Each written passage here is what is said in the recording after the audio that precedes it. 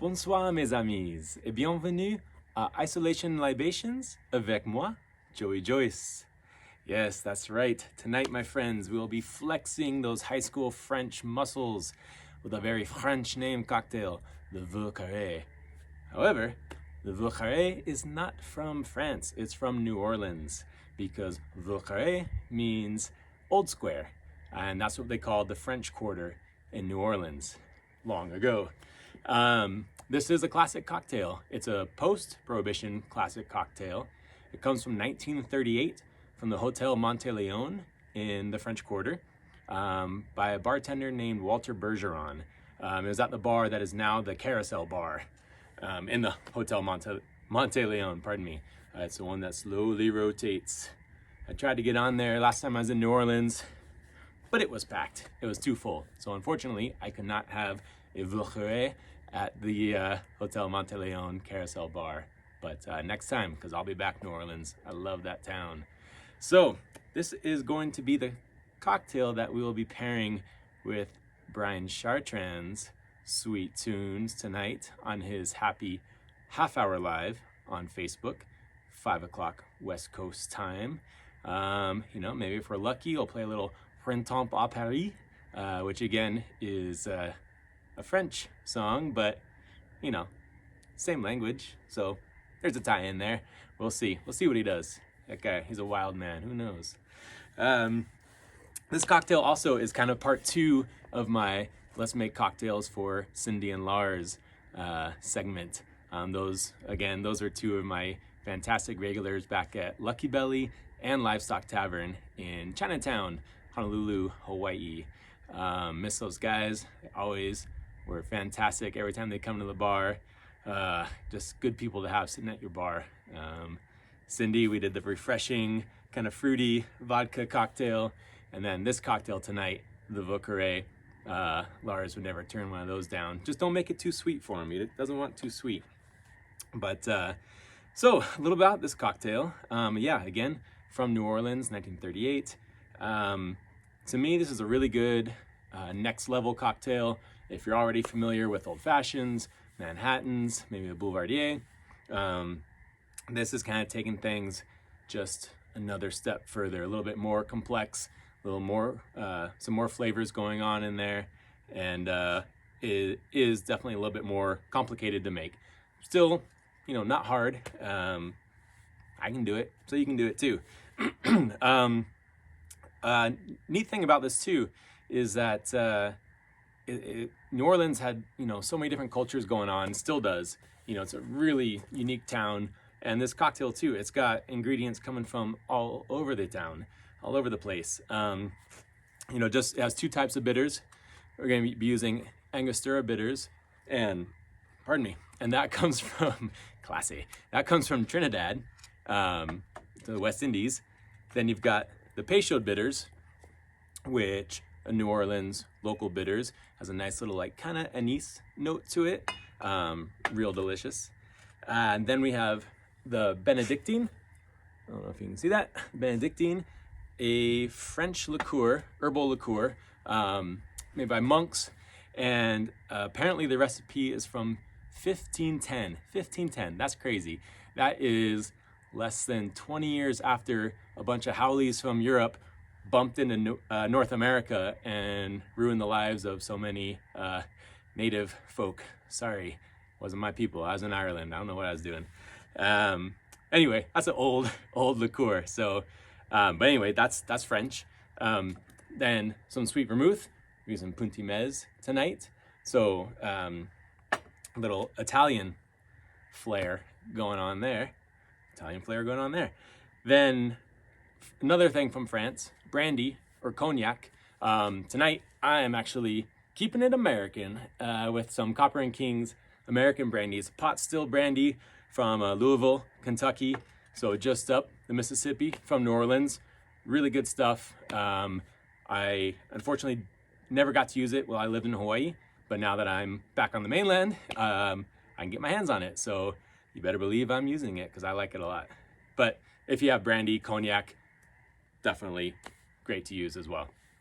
And then finally, kind of round it all out, whiskey, rye whiskey I'm using the Old Forester 100 proof tonight because I love it. And it's a little bit, to me, a little fuller rye. And I think it's just gonna give even more body to this cocktail that already has a pretty solid weight to it. But you know, it's a cold night out tonight, and I want a nice, strong cocktail, keep me warm out here. Yeah, and then again, the rye would be coming from Kentucky as well, from Louisville as well. So just on down the Mississippi, you know, so many things were going through the port of New Orleans.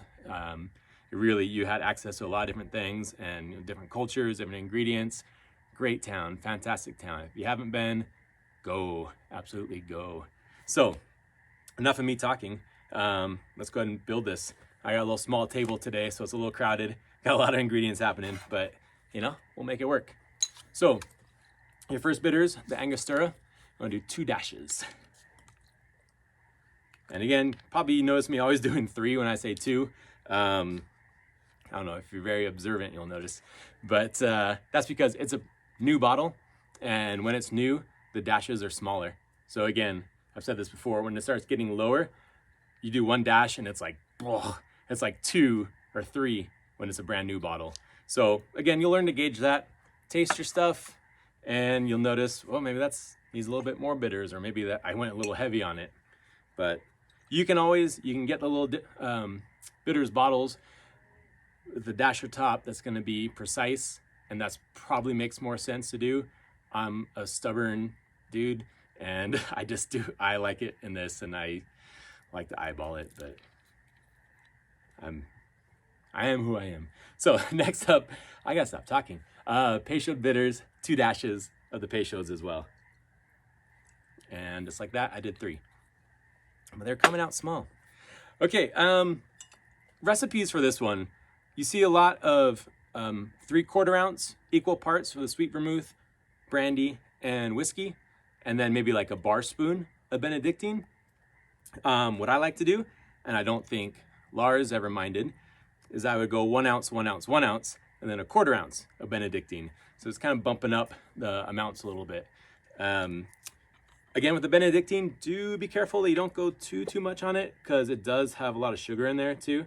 I mean, it's 42% or so it does have a kick, but it's to describe the flavor of Benedictine, it always kind of reminds me of Christmas, to be honest. There's a lot of spices, some citrus, it's balanced out with a little honey, but the spices just remind me of Christmas, which is not a bad thing. Christmas is awesome. But get some, try it.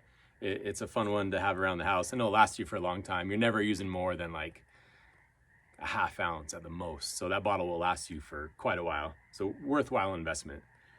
Now, so like I said, I'm going 1 ounce across the board. A lot of those, I love those equal part ones, yeah, like a Negroni, Boulevardier, it's great. So sweet vermouth, again, Puntimez. And again, you could use Dolin Rouge, you use Carpano Antica. I like the Carpano Antica, I think it works really well, but I am also a big fan of bitterness, and so the little extra bitterness in the Puntimez is not gonna bother me any. I like it.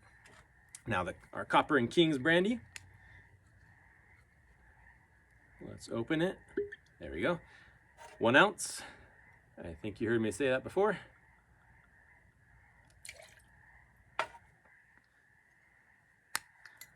And last but not least, our Old Forester rye. 1 ounce here as well. You hear the frogs in the background? I really feel like I'm in Pirates of the Caribbean in that beginning part of the ride. You're going down, the old man with the banjo. I'm not that old, not yet, but if I retire and play the banjo on the porch, that'd be all right. Got the ice. And we're gonna give this a stir. Again, you won't need to stir as long as I am, because, well, unless you're doing this outside and it's like 30 degrees like I am, and your ice doesn't want to melt because it's, you know, it's below freezing anyway.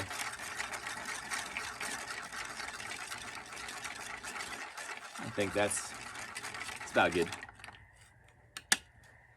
All right, and this, there's no gunk in there, no citrus pulp or muddled strawberries or anything like that. So no need for a single strain or a double strain. Excuse me, just a single strain. Rocks glass with a big cube in there. I put the cube in already because again, it's not melting. It's cold out. Oh, that looks good. Now, for the garnish, you'll see sometimes a lemon peel. And check it out. I actually have a lemon. It's not a banana. Woo! Or maraschino cherry. Now, I like the lemon oil on top of it. I feel like I'm bashing maraschino cherries. I really don't have that much against them. I just kind of feel like they don't really add anything, whereas like the lemon oil really gives it a whole nother flavor. The maraschino looks nice, and if you like the flavor of them, you like that really sweet cherry, that's cool. You know, throw that on there. But I feel the lemon oil actually enhances the drink and gives it another like little pop of bright citrus oil. So there you have it. There is your Vieux Carré. I hope it's très bien. And all my French speaker friends, I'm sorry, don't hate me. Cheers, everybody. Oh man, that's so good. That's so good. All right, enjoy Brian's music. Adios. I mean, au revoir.